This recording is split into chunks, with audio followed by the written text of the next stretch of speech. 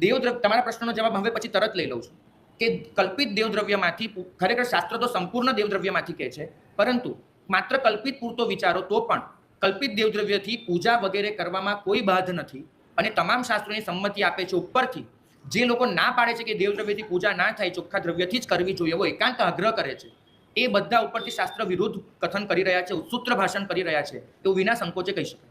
બરાબર? એટલે આ વસ્તુ સમજીને ચાલવી. કોઈ પણ પાઠ લઈ જઈ શકે છે, જોઈ શકે છે અને સંસ્કૃત પ્રાકૃતના જાણકાર કોઈને પણ પૂછીને આ પાઠનું અર્થઘટન મેળવી શકે છે.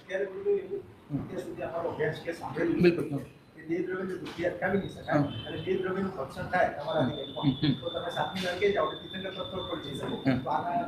બિલકુલ.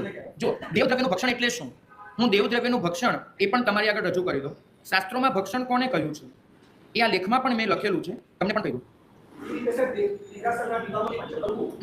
એને ભક્ષણ કહેવાય, એને ભક્ષણ કહેવાય. પણ એ તમે દેરાસરનો દીવો પ્રભુને ધરો, એને ભક્ષણ કેવી રીતે કહેવાય?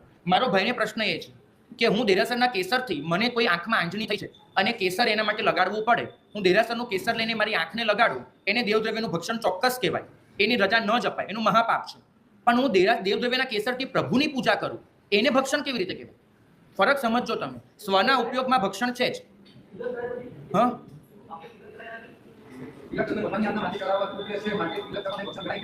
હવે મારી વાત સાંભળવાનો પ્રયત્ન કરજો, સમજવાનો કે પ્રભુની આજ્ઞા માથે ચડાવવા રૂપ આપણે જે તિલક કરીએ છીએ એ કેસરનો ઉપયોગ પ્રભુની આજ્ઞા ચડાવવા માટે માત્ર આપણે માથે કરી રહ્યા છીએ, એટલા માટે પરંપરાથી એને ભક્ષણ ગણાવ્યું નથી.